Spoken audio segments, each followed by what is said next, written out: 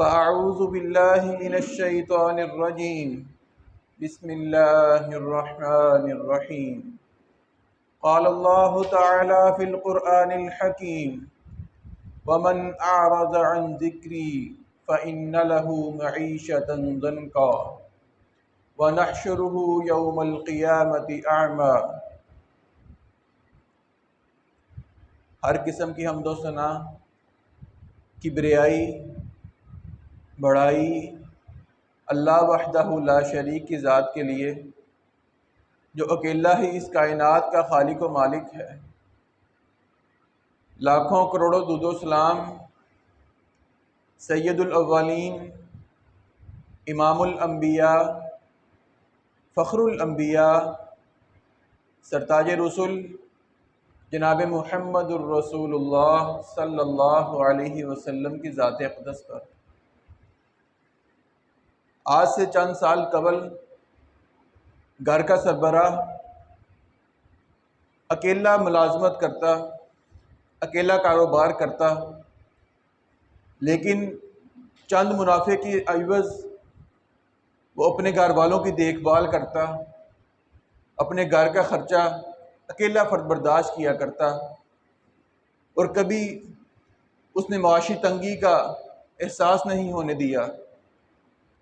لیکن جیسے جیسے معاشرے نے ترقی کی، جیسے جیسے وقت گزرتا گیا، آج مختصر سی فیملی بھی ہو، ہر فرد کمانے والا ہو، لیکن پھر بھی ایک گھر کی ضروریات پوری نہیں ہو رہی۔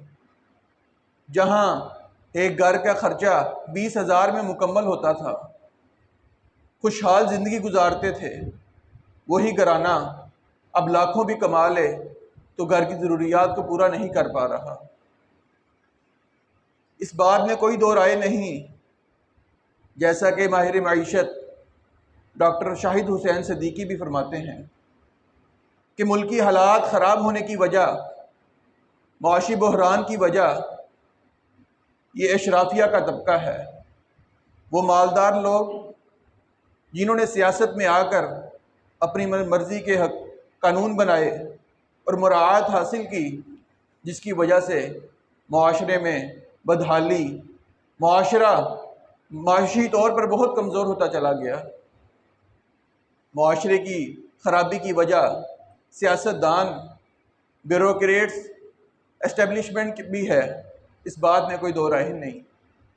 لیکن جب شریعت کا مطالعہ کریں، جب آقا علیہ الصلوۃ والسلام پر جو قرآن کریم نازل ہوا اس کا مطالعہ کریں، ہمیں پتہ لگتا ہے کچھ معاملات ایسے ہیں کہ جن کا تعلق میرے اور آپ کے ساتھ ہے۔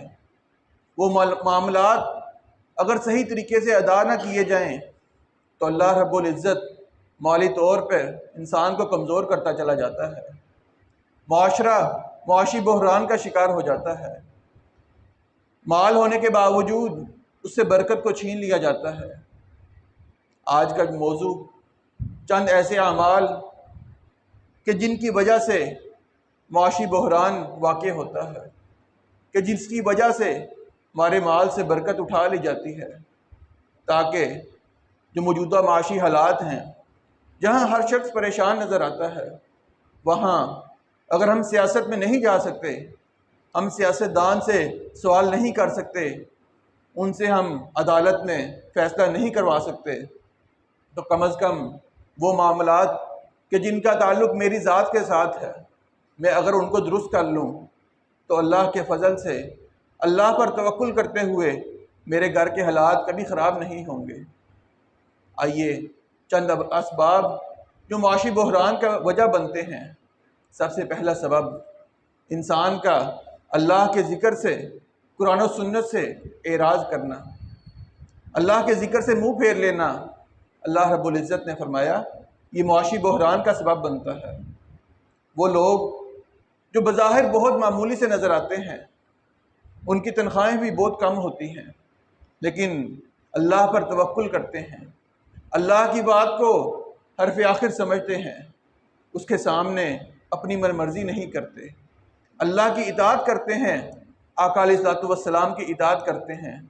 اللہ رب العزت ان کے تھوڑے سے مال میں برکت پیدا کرتا ہے، ان کی ضروریات کو پورا فرما دیتا ہے، اور دوسری طرف وہ طبقہ ہے جو مالدار ہے، ایلیٹ کلاس ہے، لاکھوں کروڑوں کے مالک ہیں، لیکن ضروریات زندگی پھر بھی پوری نہیں ہوتی۔ رات کو سوتے وقت نیند نہیں آتی، نیند کی گولیاں کھا کر سونا پڑتا ہے۔ یہ ایلیٹ کلاس طبقہ ہے۔ اللہ رب العزت نے فرمایا وَمَنْ أَعْرَضَ عَنْ ذِكْرِي، جس نے میرے ذکر سے اعراض کیا، میری حکم کو نہ مانا، اس سے منہ پھیرا، فَإِنَّ لَهُ مَعِيشَةً ضَنْكَ، اللہ رب العزت فرماتے ہیں ہم دنیا میں اس کا رزق چھین لیتے ہیں، اس کی روزی، اس کا گزر بسر اس کے اوپر تنگ کر دیتے ہیں۔ مال بہت زیادہ ہوتا ہے لیکن اس کے کام نہیں آ سکتا، کروڑوں کا مالک ہے لیکن ڈاکٹر نے منع کیا ہے فروٹ نہیں کھانا، فلاں چیز نہیں کھانی۔ کیسے کیا فائدہ ایسے مال کا جو انسان اپنے اوپر خرچ نہیں کر سکتا۔ اللہ رب العزت نے فرمایا وَنَحْشُرُهُ يَوْمَ الْقِيَامَةِ أَعْمَى، صرف دنیا میں نہیں بلکہ اللہ رب العزت نے فرمایا ہم دنیا میں بھی اس کو ذلیل کریں گے، اس کی معیشت کو تنگ کریں گے، قبر کے معاملات میں بھی اس کو سختی کا سامنا کرنا پڑے گا، اور قیامت کا دن ہوگا اللہ رب العزت جب قبر سے اٹھائے گا، اللہ فرماتے ہیں ہم اس کو اندھا کر کے اٹھائیں گے۔ آگے سے سوال کرے گا اللہ میں دنیا میں بینائی والا تھا، مجھے نظر آتا تھا، میں معاشرے کو دیکھتا تھا، آج میری بینائی کہاں گئی؟ اللہ فرمائیں گے تو نے میری آیات سے منہ موڑا، تو نے میرے ذکر سے اعراض کیا، اس کے نتیجے میں آج ہم نے تجھ سے منہ موڑ لیا، آج تیری بینائی کو ہم نے سلب کر لیا ہے۔ لیکن یہ ایک مرحلہ ہوگا، جب آگے جائے گا جہنم کا عذاب دکھانا ہوگا، جنت کی نعمتیں دکھا کر اس کو حسرت میں مبتلا کرنا ہوگا، اللہ اس کی بینائی کو واپس لٹائے گا تاکہ یہ جہنم کا عذاب دیکھے، یہ دیکھے کہ میرا ٹھکانہ کیا ہے۔ آج مالی طور پر دیکھا جائے جاپان، یورپ کی کنٹریاں مالی طور پر بہت آگے ہیں ہم سے، لیکن وہاں خودکشی کے واقعات پاکستان سے بہت زیادہ ہوتے ہیں، کیونکہ انہوں نے اللہ کے ذکر سے اعراض کیا، اللہ نے ان کی معیشت کو تنگ کر دیا۔ مال ہونے کے باوجود وہاں وہ اداروں میں جاتے ہیں جو باقاعدہ ادارے بنے ہیں، وہاں جا کر پیسے دے کر خودکشی کرتے ہیں۔ یہ اللہ رب العزت کے ذکر سے اعراض کرنے کی وجہ ہے۔ آج میں اور آپ بھی جس معاشرے میں رہتے ہیں، ہم اللہ کے ذکر سے اعراض کرتے ہیں۔ بذات خود میں اپنے گریبان کا جائزہ لوں، میں دن میں کتنے وقت اللہ کو دیتا ہوں، کتنا وقت قرآن کریم کی تلاوت کو دیتا ہوں، کتنا وقت میں ذکر و اذکار میں مشغول ہوتا ہوں، اور کتنا وقت میں دنیاوی معاملات میں اپنے آپ کو مشغول رکھتا ہوں۔ مانا کہ بہت معاشرہ آگے جا چکا ہے، ہم یہ نہیں کہتے کہ 24 گھنٹے اللہ کی عبادت کیجئے، لیکن آپ اپنے معاملات اس انداز سے اپنائیے، اس انداز سے اپنے کام کو کریے کہ آپ کا عبادت، آپ کے معاملات، آپ کا کاروبار کرنا اللہ کے ہاں عبادت لکھا جائے۔ انسان اگر صبح کے وقت اٹھتا ہے، فجر کی نماز با جماعت پڑھتا ہے، قرآن کریم کی تلاوت کرتا ہے، صبح کے اذکار کرتا ہے، پھر اپنے معاملات میں مصروف ہوتا ہے، وہاں وہ دیانت کے ساتھ، سچائی کے ساتھ کسی کے ساتھ معاملہ کرے، رزق حلال کی تلاش میں نکلے، وہ تجارت کرے گا، لیکن اللہ کے ہاں اس کو ثواب ملے گا۔ وہ دوپہر کا وقت ہو، وہ نماز ادا کرے، پھر اپنے معاملات میں مشغول ہو، اللہ رب العزت کے ہاں 24 گھنٹے اس کی عبادت میں لکھے جائیں گے، اگر اس نے 24 گھنٹے اللہ کے بتلائے ہوئے فرامین کے مطابق اپنی زندگی گزار لی۔ دوسرا عمل کہ جس کے ذریعے اللہ رب العزت انسان کی معیشت کو تنگ کر دیتے ہیں، اس کے رزق سے برکت کو اٹھا لیتے ہیں، اللہ کی نافرمانی کرنا، اللہ کے ساتھ نافرمانی کرنا اور گناہ کرنا، اس سے بھی معیشت تنگ ہو جاتی ہے۔ اللہ رب العزت فرماتے ہیں ظہر الفساد فی البر والبحر بما کسبت ایدی الناس، جو دنیا میں جو خشکی میں یا سمندر میں جو بھی طوفان، جو بھی آفت آتی ہے، قحط آیا، زلزلہ آیا، فصلیں تباہ ہوئی، اللہ فرماتے ہیں یہ اس وجہ سے ہے جو لوگوں کے بداعمال ہیں، ان بداعمالیوں کی وجہ سے اللہ رب العزت ان آفتوں کا نزول فرماتے ہیں۔ لیذیقہم بعض الذی عملوا، اللہ فرماتے ہیں ہم تھوڑا سا عذاب دیتے ہیں صرف اس لیے کہ شاید یہ واپس آ جائیں۔ یہ دنیا میں اللہ تھوڑا سا عذاب دے کر انسان کو مبتلا کرتے ہیں، کیا بندے یہ تو چھوٹا سا عذاب برداشت نہیں کر سکتا، ابھی مہلت ہے، اللہ کی طرف واپس آ جا۔ اور اگر اللہ انسان کے تمام گناہوں کا دنیا میں حساب دے دیں، انسان یہاں سے گناہ کرے وہاں اللہ اس کی پکڑ کر لیں، دنیا میں کوئی انسان باقی نہ رہے۔ جیسے اللہ رب العزت نے فرمایا وَلَوْ يُؤَاخِذُ اللَّهُ النَّاسَ بِمَا كَسَبُوا مَا تَرَكَ عَلَى ظَهْرِهَا مِن دَابَّةٍ، اگر یہاں سے انسان گناہ کرے وہاں اللہ اس کی پکڑ کر لیں، اللہ فرماتے ہیں دنیا میں کوئی شخص باقی نہ رہے۔ گناہ کفار سے بھی ہوتا ہے، مشرکوں سے بھی ہوتا ہے، اور نیک انسان سے بھی ہوتا ہے، لیکن یہ اللہ کی طرف سے مہلت ہے کہ اللہ رب العزت ہماری پکڑ نہیں کرتے۔ وہ اللہ جو ہر چیز پر قادر ہے، اس معاشرے میں جہاں اللہ کے ساتھ شرک کیا جائے، جہاں غیر اللہ کی نظر و نیاز کی جائے، اولاد کا مطالبہ کرنا ہو، اللہ کو چھوڑ کر کسی اور کے در پر جایا جائے، اللہ کو کس قدر غصہ آتا ہوگا، لیکن اللہ رب العزت پھر بھی انسان کو مہلت دیتے ہیں، اے بندے ابھی وقت ہے، واپس آ جا۔ اگر انسان واپس آ جائے تو اللہ رب العزت اس کی معافی کو قبول فرما لیتے ہیں۔ اسی طرح آقا علیہ الصلوۃ والسلام نے فرمایا نافرمانی کی وجہ سے انسان کی عمر بھی کم ہو جاتی ہے، اور اگر ایک گناہ کرے، ایک گناہ کی وجہ سے اس کا رزق روک لیا جاتا ہے۔ آپ نے فرمایا انسان کی عمر میں صرف اضافہ نیکی کی وجہ سے ہوتا ہے۔ یہ اضافہ اس طرح بھی ہے، انسان دنیا سے چلا جائے لیکن اس کا تذکرہ اچھے لوگوں میں باقی رہتا ہے، اچھے الفاظ سے لوگ اس کو یاد کرتے ہیں، یا اس نے کسی کو دین کی تعلیم سکھائی تھی، وہ چلا جائے لیکن لوگ پیچھے سے اس پر عمل کریں، اس کی نیکیوں میں اضافہ ہوتا چلا جائے گا، گویا کہ وہ خود نیکیاں کر رہا ہے۔ لیکن اگر انسان گناہ کرے، انسان دنیا سے چلا بھی جائے، انسان کا تذکرہ اچھے الفاظ میں کوئی نہیں کرتا۔ اگر وہ گناہ کی تعلیمات کو فروغ دینے والا ہے، اس کا سوشل میڈیا کا اکاؤنٹ گناہوں پر مبنی ہے، وہاں ڈراموں کے گانوں کے کلپس موجود ہیں، وہ دنیا سے چلا جائے گا لیکن اس کا گناہ باقی رہے گا۔ آپ نے فرمایا انسان کبھی ایک غلطی کرتا ہے، ایک گناہ کرتا ہے، اللہ اس گناہ کی وجہ سے اس کا رزق روک لیتے ہیں۔ یہاں پتہ لگا نافرمانی کی وجہ سے اللہ رب العزت انسان سے اس کا رزق چھین لیتے ہیں، اس کا گزران اس کے اوپر تنگ فرما دیتے ہیں۔ آقا علیہ الصلوۃ والسلام کے فرامین کے مطابق پتہ لگتا ہے تیسرا عمل کہ جس کے ذریعے اللہ رب العزت معیشت کو تنگ کرتے ہیں وہ ہے ناشکری کرنا۔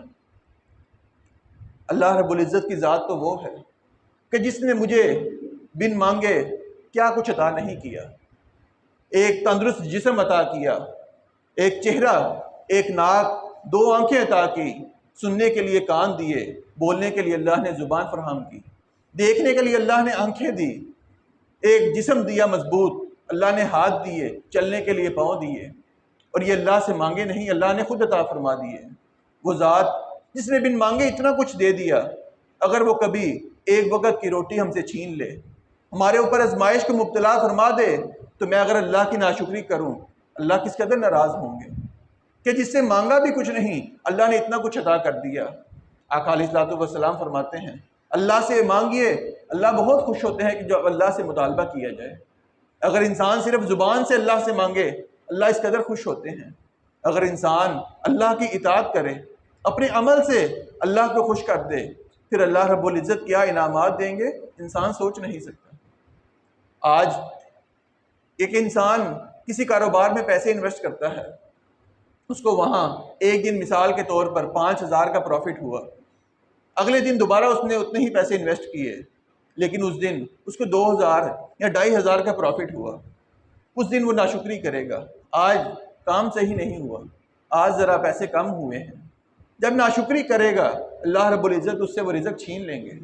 اللہ فرماتے ہیں لا ان شکرتم لازیدنکم، اے میرے بندو میرے دیے پر شکر ادا کرو، میں تمہیں اس سے زیادہ دوں گا۔ ولا ان کفرتم، اگر تم نے ناشکری کی، ان عذابی لشدید، پھر میرا عذاب، میری پکڑ بہت سخت ہے۔ اسی طرح آقا علیہ الصلوۃ والسلام پر جو قرآن کریم نازل ہوا، اس میں اللہ رب العزت نے سورۃ نحل میں آیت نمبر 112 میں ایک واقعہ بیان فرمایا، ایک بستی کا ذکر کیا۔ وہ بستی جس کے پاس اللہ کی طرف سے رزق آتا تھا، بہت مطمئن تھی، ان کا رزق ان کے پاس پہنچتا، بہت پرسکون زندگی گزار رہے تھے۔ لیکن اللہ فرماتے ہیں پھر اس قوم نے، اس بستی نے اللہ کی نافرمانی کی، اللہ رب العزت نے اس نافرمانی کے عوض ان کے اوپر بھوک کا عذاب مسلط کر دیا، ان کے اوپر خوف کا عذاب مسلط کر دیا۔ پھر اللہ رب العزت نے یہ عذاب ان پر مبتلا کیے تو صرف ناشکری کی وجہ سے۔ آج انسان ایک وقت کی روٹی نہ ملے، انسان اللہ کی ناشکری کرنے لگ جاتا ہے۔ ہر حال میں اللہ کا شکر ادا کیجئے۔ آج ہمارے حالات وہ نہیں جو صحابہ اکرام کے حالات تھے، جو پورا دن صرف ایک کھجور کے اوپر گزارا کیا کرتے اور کبھی کبھار اس کی گٹلی کو چوس چوس کر اپنا پورے دن کا وقت گزارا کرتے تھے۔ آج الحمدللہ ہمارے حالات اس قدر برے نہیں ہوئے۔ آقا علیہ الصلوۃ والسلام نے فرمایا، چوتھا عمل جس پر اللہ رب العزت معیشت کو تنگ کرتے ہیں، انسان کا رزق اسے چھین لیتے ہیں، وہ اللہ کی تقسیم پر عدم رضامندی ہے۔ اللہ رب العزت نے اس کائنات کو تخلیق فرمایا، اللہ نے نظام چلانا ہے، کسی کو استاد بنایا، کسی کو شاگرد بنایا، کسی کو بادشاہ بنایا، کسی کو اس کی رعایا بنایا، کسی کو مزدور بنایا، مستری بنایا۔ یہ اللہ کی تقسیم ہے۔ اللہ رب العزت فرماتے ہیں، نحن قسمنا بینہم معیشتہم فی الحیات الدنیا، دنیا کی معیشت ہم نے لوگوں کے درمیان تقسیم کر دی، کیونکہ اگر ایک شخص کو اللہ نے مالی طور پر مضبوط کیا ہے، اس میں اتنی طاقت نہیں کہ وہ دھوپ کے اندر کھڑا ہو کر کام کر سکے، اس کی جسمانی طاقت اس قدر نہیں، اور دوسرا وہ شخص ہے جس کے پاس مالی طور پر طاقت نہیں، لیکن اس کو اللہ نے اس قدر جسم سے نوازا کہ وہ دھوپ میں روزے کی حالت میں ایک گھر کی تعمیر کر سکتا ہے، مستری کا کام، مزدور کا کام کر سکتا ہے۔ یہ اللہ کی تقسیم ہے۔ اگر اللہ رب العزت تمام لوگوں کو ایک طرح کا پیدا کر دیتے تو ہماری ضروریات کون پوری کرتا؟ آج ایک بادشاہ بھی محتاج ہے، اس کے پاس ملازم ہے جو اس کا کام کرتے ہیں، اس کے لیے کھانے کے لیے باورچی کا محتاج ہے، پہننے کے لیے، کپڑوں کے لیے وہ نائی کا محتاج ہے، وہ درزی کا محتاج ہے، حجامت کروانے کے لیے وہ نائی کا محتاج ہے۔ ہر انسان اگر ایک لیول کا ہوتا تو ہماری ضروریات کو کون پورا کرتا؟ اسی لیے اللہ فرماتے ہیں، ہم نے معیشت کو لوگوں کے درمیان تقسیم کر دیا۔ وَرَفَعْنَا بَعْضَهُمْ فَوْقَ بَعْضٍ دَرَجَاتٍ، مالی طور پر اللہ نے کسی کو اونچے درجے کا پیدا کیا، کسی کو نچلے درجے کا پیدا کیا۔ اور اللہ فرماتے ہیں، لِيَتَّخِذَ بَعْضَهُمْ بَعْضًا سِخْرِيًّا، اللہ نے اس لیے کیا کہ انسان دیکھے کہ اللہ جب کسی بندے کو مالی طور پر مضبوط کرتے ہیں تو انسان اس کے تابع رہ کر کام کرتا ہے۔ یہ اللہ نے آزمائش کے لیے اس طرح پیدا کیا۔ اگر انسان اللہ کی تقسیم پر عدم رضامندی کا اظہار کرے، اس پر خوش نہ ہو، تو آقا علیہ الصلوۃ والسلام نے فرمایا اللہ پھر بھی برکت کو چھین لیتے ہیں۔ آپ نے فرمایا، وَمَن لَّمْ يَرْضَىٰ لَمْ يُبَارِكْ لَهُ، جو اللہ کی تقسیم پر راضی نہیں ہوتا،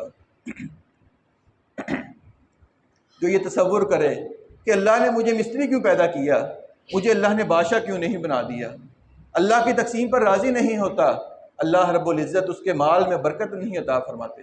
جب اللہ کی طرف سے اس مال میں برکت نہیں ہوگی تو وہ مال ہمارے لیے کیسے نفع ثابت ہوگا؟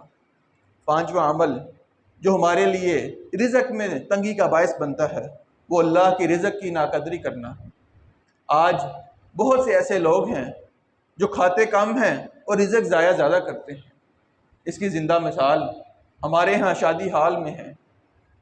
انسان پڑھا لکھا ہے، ایک اچھے گھرانے سے تعلق رکھتا ہے، لیکن جب کھانے لگتا ہے پوری پلیٹ کو بھر لیتا ہے، ضرورت سے زیادہ کھانا اپنی پلیٹ میں ڈال لیتا ہے، پھر آدھے سے زیادہ کھانا اس کو ضائع کر دیتا ہے۔ یہ اللہ کی رزق کی ناقدری ہے۔ پھر ایک وقت آتا ہے اللہ رب العزت رزق کو اس سے چھین لیتے ہیں۔ بلکہ آقا علیہ الصلوۃ والسلام نے تو یہ بھی فرمایا کہ انسان جب کھانا کھا رہا ہو، اگر اس کا لقمہ نیچے گر جائے، وہ نیچے سے لقمے کو اٹھائے، گندگی کو صاف کرے، وہ لقمہ کھا لے۔ آپ نے فرمایا شیطان کے لیے لقمہ نہ چھوڑو۔ پھر آپ نے یہ بھی فرمایا، صحابی بیان کرتے ہیں اللہ کے رسول نے ہمیں حکم دیا کہ پلیٹ کو صاف کرو، اچھی طرح پلیٹ کو صاف کرو۔ تمہیں نہیں معلوم کہ اللہ نے کس نوالے میں سالن کے کس حصے میں برکت رکھی ہے؟ اگر انسان ایک لقمہ یا سالن کا تھوڑا سا حصہ چھوڑ دے، کیا پتہ اسی کھانے میں برکت ہو، انسان اس برکت سے محروم رہ جائے۔ انسان کا پیٹ کیسے بھرے گا جب اللہ کی طرف سے برکت نہیں آئے گی؟ آپ نے اگلا عمل بیان فرمایا کہ انسان اگر گھر میں داخل ہوتے ہوئے یا کھانے سے پہلے بسم اللہ نہیں پڑھتا، پھر بھی اس کے مال سے برکت اٹھا لی جاتی ہے۔ آقا علیہ الصلوۃ والسلام نے صحیح مسلم میں حدیث ہے، آپ نے فرمایا جب ایک شخص اپنے گھر میں داخل ہوتا ہے، اگر وہ بسم اللہ پڑھتا ہے، شیطان اپنے ساتھیوں کو کہتا ہے آج اس گھر کے اندر رہنے کی اجازت نہیں، ہمارے لیے اس گھر میں رہنے کے لیے کوئی ٹھکانہ باقی نہیں۔ پھر انسان کھانا کھانے لگتا ہے، بسم اللہ پڑھتا ہے، شیطان اپنے ساتھیوں کو کہتا ہے اس کھانے میں ہمارے لیے کوئی حصہ باقی نہیں رہا، شیطان وہاں سے چلا جاتا ہے۔ پھر آپ نے فرمایا انسان اگر گھر میں داخل ہوتے ہوئے بسم اللہ نہیں پڑھتا، شیطان اپنے دوستوں کو کہتا ہے آ جاؤ رات کا بندوبست ہو گیا ہے۔ انسان کھانے سے پہلے بسم اللہ نہیں پڑھتا، شیطان کہتا ہے آ جاؤ کھانے کا بھی بندوبست ہو گیا ہے۔ اسی طرح ایک روایت بیان کی جاتی ہے کہ ایک دفعہ دو شیطانوں کے آپس میں ملاقات ہوئی۔ ایک وہ شیطان کہ جو مسلمان مومن کے ساتھ رہتا ہے، کہ جس طرح آقا علیہ الصلوۃ والسلام نے فرمایا ہر انسان کے ساتھ ایک شیطان مقرر ہے، ایک وہ شیطان جو مومن کے ساتھ ہے اور ایک وہ شیطان جو کافر کے ساتھ رہتا ہے۔ ان کی آپس میں ملاقات ہوتی ہے۔ جو کافر کا شیطان ہے وہ مسلمان والے شیطان سے پوچھتا ہے تو بہت کمزور نظر آ رہا ہے، کیا وجہ ہے؟ وہ کہنے لگا تجھے کیا بتلاؤں، یہ مسلمان ہے، یہ مومن ہے، جب کھانا کھانے لگتا ہے بسم اللہ پڑھ لیتا ہے، مجھے کھانے کے لیے کچھ نہیں ملتا، بستر پر جاتا ہے لیٹنے سے پہلے بسم اللہ پڑھ لیتا ہے، ساری رات میں کھڑے ہو کر گزارتا ہوں، یہ پانی پینے لگتا ہے یہ بسم اللہ پڑھ لیتا ہے، مجھے پانی پینے کے لیے نہیں ملتا، میں سارا دن بھوک پیاس میں گزارتا ہوں، میں بہت کمزور ہو گیا ہوں۔ جو کافر والا شیطان ہے وہ کہتا ہے میں تو کافر کے ساتھ رہتا ہوں، نہ وہ بسم اللہ پڑھتا ہے، مجھے کھانے میں بھی اچھا ملتا ہے، مجھے پینے میں بھی اچھا ملتا ہے، مجھے طرح طرح کے بستر بھی ملتے ہیں جس پر میں لیٹ کر اپنی نیند کو پورا کرتا ہوں۔ اسے ہمیں پتہ لگا جب انسان بسم اللہ نہیں پڑھتا، اللہ رب العزت اس کھانے سے اس گھر سے برکت کو اٹھا لیتے ہیں۔ اسی طرح آپ نے فرمایا انسان اگر جھوٹ کا خیانت کا اظہار کرے، اس کو نہ چھوڑے، پھر بھی برکت اللہ چھین لیتے ہیں۔ آقا علیہ الصلوۃ والسلام نے فرمایا ایک خریدنے والا ایک بیچنے والا جب کاروبار کرتے ہیں فَإِن صَدَقَا وَبَيَّنَا، اگر وہ دونوں شخص سچ بولتے ہیں، اپنے مال کی جو چیز ہے جو عیب ہے اس کو بیان کرتے ہیں، بُورِكَ لَهُمَا فِي بَيْعِهِمَا، اللہ رب العزت اس کے بیع میں، اس کی خرید میں، فروخت میں اللہ برکت عطا کرتے ہیں۔ وَإِن كَتَمَا وَكَذَبَا، اگر وہ دونوں شخص جھوٹ کا سہارا لیں، عیب کو چھپائیں، اللہ رب العزت ان کے رزق سے، ان کی تجارت سے برکت کو اٹھا لیتے ہیں۔ وہ خرید و فروخت کو کرتے ہیں، وہ لاکھوں کروڑوں کا مال کماتے ہیں لیکن اس میں برکت نہیں رہتی۔ پھر ہم دیکھتے ہیں کہ لاکھوں کروڑوں پتہ نہیں لگتا کہاں چلے جاتے ہیں۔ کبھی پتہ لگا 10,000 فلاں ڈاکٹر کے پاس گئے، اس کی فیس لگ گئی، 10,000 فلاں جگہ پر لگ گیا، پتہ نہیں لگا۔ یہ وجوہات صرف بے برکتی کی علامت ہیں۔ آپ نے یہ بھی فرمایا انسان اگر جھوٹی قسم اٹھا کر مال کو فروخت کرتا ہے پھر بھی اللہ رب العزت برکت کو اٹھا لیتے ہیں۔ آپ نے فرمایا الحلف، قسم اٹھانا، منفقۃ للسلع، یہ مال کو بیچ دیتی ہے، اس میں تو انسان کو مدد ملتی ہے۔ اور آپ نے فرمایا ممحقۃ للبرکہ، لیکن اللہ کی طرف سے جو مال میں برکت ہے اس کو ختم کر دیتی ہے، پھر انسان کے مال سے برکت کو اٹھا لیا جاتا ہے۔ آپ نے یہ بھی فرمایا، سنن ابن ماجہ کی لمبی روایت ہے کہ انسان اگر ناپ تول میں کمی کرے پھر بھی اس کے اندر برکت کو اٹھا لیا جاتا ہے۔ اگر انسان ناپ تول میں کمی کرے اللہ 3 عذاب میں مبتلا کرتا ہے، اللہ قحط سالی اس بندے پر نازل کرتا ہے، اللہ رب العزت سخت مشکلات اس کے اوپر نازل کرتا ہے، ایسے کام اسے کرواتا ہے کہ اس کی مشقت میں نہیں ہوتے، اس کے اندر طاقت نہیں لیکن اس کو کرنے پڑتے ہیں۔ اور آپ نے فرمایا اللہ رب العزت جابر حکمران، فاسق حکمران اس کے اوپر مسلط کرتا ہے جو شخص ناپ تول میں کمی کرتا ہے۔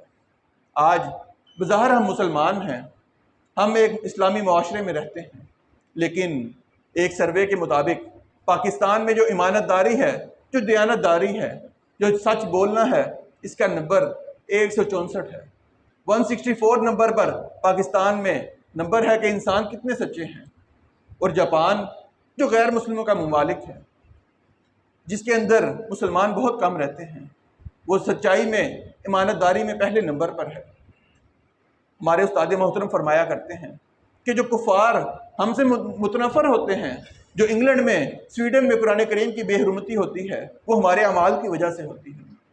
وہ جو لوگ اب ایک مسلمان کو دیکھتے ہیں کہ یہ کلمہ پڑھنے والا ہے، یہ قرآن بھی پڑھتا ہے، یہ نماز بھی پڑھتا ہے، پھر یہ جھوٹ بھی بولتا ہے، یہ وعدہ خلافی بھی کرتا ہے، یہ چوری بھی کرتا ہے، یہ امانت میں خیانت بھی کرتا ہے، یہ لوگوں کی عزتوں کے ساتھ کھیلتا ہے، ہر ایک کے ساتھ دھوکہ کرتا ہے، وہ تو یہ سمجھتے ہیں کہ ان کا دین یہ سکھاتا ہے۔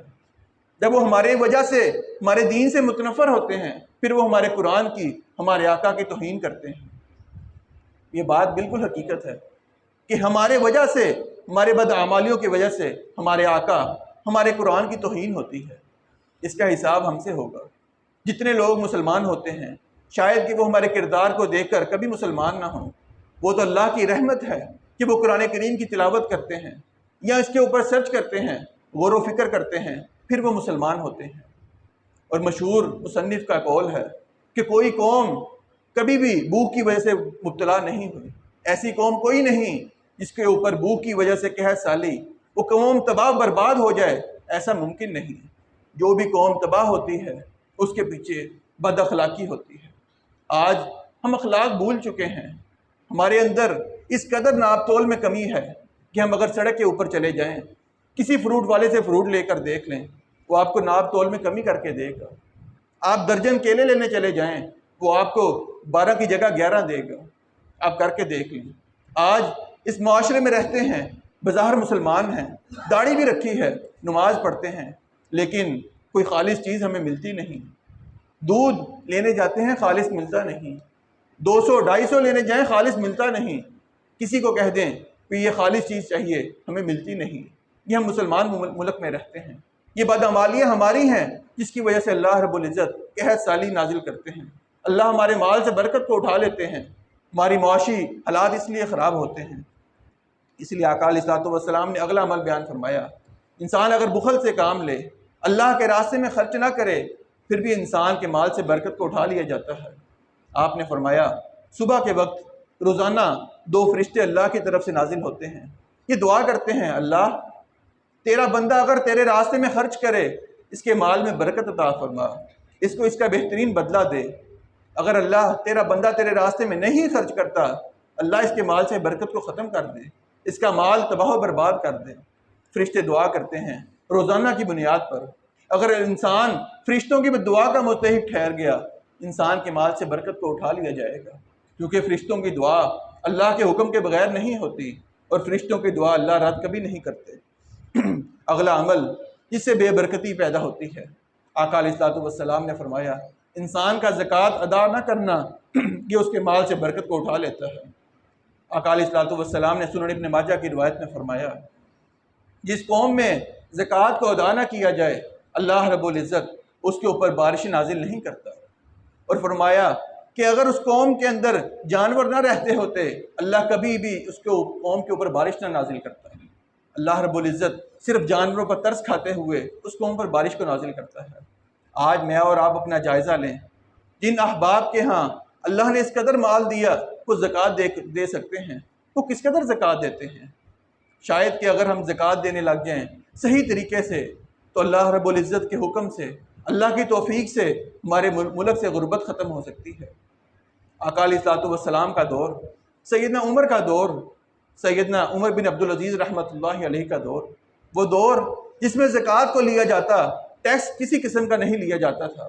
زکوٰۃ اس قدر کٹھی ہوتی کہ لوگ زکوٰۃ دینے کے لیے نکلتے، کوئی زکوٰۃ لینے والا نہیں ہوتا تھا۔ اگر آج میں اور آپ دیانتداری سے اپنے مال کی زکوٰۃ نکالیں، ہمارے ملک سے یہ معاشی تنگی دور ہو سکتی ہے، ہمارے ملک سے غربت کا خاتمہ ہو سکتا ہے، ہمارے مال میں اللہ برکت بھی عطا فرمائیں گے۔ آپ نے فرمایا نکمی چیز، ردی چیز اللہ کے راستے میں خرچ کرنا یہ بھی بے برکتی کا سبب بنتا ہے۔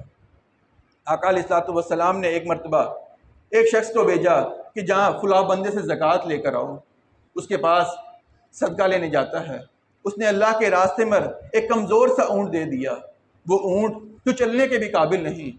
آقا علیہ الصلوۃ والسلام کے پاس آیا، آپ نے دیکھا، آپ سخت ناراض ہوئے، آپ نے اس کے لیے بددعا کی، اللہم لا تبارک فی اہلہ و مالہ، اے اللہ اس کے مال میں، اس کے اہل میں برکت نہ دینا، یہ اللہ کے راستے میں نکمی چیز دیتا ہے۔ اس شخص کو پتہ لگا، وہ فوراً آقا علیہ الصلوۃ والسلام کے پاس آیا، آقا مجھ سے غلطی ہو گئی، مجھے معاف کیجیے۔ پھر اس نے اچھا مال اللہ کے راستے میں خرچ کیا، پھر آپ نے اس کے لیے دعا کی، اللہ اس کے مال میں برکت عطا فرما۔ پتہ لگا اگر انسان اللہ کے راستے میں ہمیشہ نکمی چیز، ہمیشہ ردی چیز دے، اللہ رب العزت اس کے مال سے برکت کو اٹھا لیتا ہے۔ اور آخری چیز، انسان اگر اپنے لیے یا اپنے بچوں کے لیے یا اپنے رزق میں کبھی پریشانی کی حالت میں بد دعا کر بیٹھے، اس سے بھی انسان کے اوپر اس کے مال کو تنگ کر لیا جاتا ہے۔ آقا علیہ الصلوۃ والسلام نے فرمایا، کبھی بھی اپنے لیے، اپنے بچوں کے لیے، اپنے اہل و عیال کے لیے، اپنے مال کے اوپر کبھی بد دعا نہ کرنا۔ تمہیں نہیں معلوم، کیا پتہ وہ وقت قبولیت کا وقت ہو، تمہاری بد دعا تمہارے اوپر لگ جائے۔ اس میں مشہور قصہ شیخ عبد الرحمن السدیس حفظہ اللہ تعالی، بیت اللہ کے امام ہیں، لیکن ان کی والدہ بیان کرتی ہیں، بلکہ وہ خود بیان کرتے ہیں، میں چھوٹا بچہ تھا، گھر میں مہمان آئے، والدہ نے ہنڈیاں پکائی، ہنڈیاں تیار ہو گئی، میں نے ہنڈیا میں مٹی ڈال دی، شرارت کی، والدہ کو بہت غصہ آیا۔ آپ بھی ذرا تصور کیجئے، کوئی گھر مہمان آئے ہوں، انسان نے ہنڈیا تیار کی ہے، وہ ضائع ہو جائے، انسان کو کس قدر غصہ آئے گا۔ ان کی والدہ کو غصہ آیا، غصے میں بد دعا کی جگہ اللہ کے لیے آپ نے بیٹے کے لیے دعا کی، اللہ جا میرے بیٹے کو بیت اللہ کا امام بنا دے۔ آپ بیان کرتے ہیں، زاروں کتار روتے ہیں، میری والدہ نے غصے میں دعا کی تھی، اس کی برکت کی وجہ سے آج میں بیت اللہ کا امام بن گیا ہوں۔ ہمیں بھی چاہیے کبھی غصہ آئے پھر بھی اپنے بچوں کے لیے بد دعا نہ کریں، کیا پتہ وہ دعا، وہ وقت قبولیت کا وقت ہو اور ہماری بد دعا ہمیں لے ڈوبے۔ اللہ تعالیٰ سے دعا ہے اللہ رب العزت ہمارے مال میں برکت عطا فرمائے، اور جو اعمال جو آقا علیہ الصلوۃ والسلام نے بیان فرمائے کہ جن کے ذریعے ہمارے مال سے برکت کو اٹھا لیا جاتا ہے، جو ہمارے لیے معاشی بحران کا سبب بنتے ہیں، اللہ ہمیں ایسے اعمال سے بچنے کی توفیق عطا فرمائے۔ وآخر دعوایا ان الحمد للہ رب العالمین۔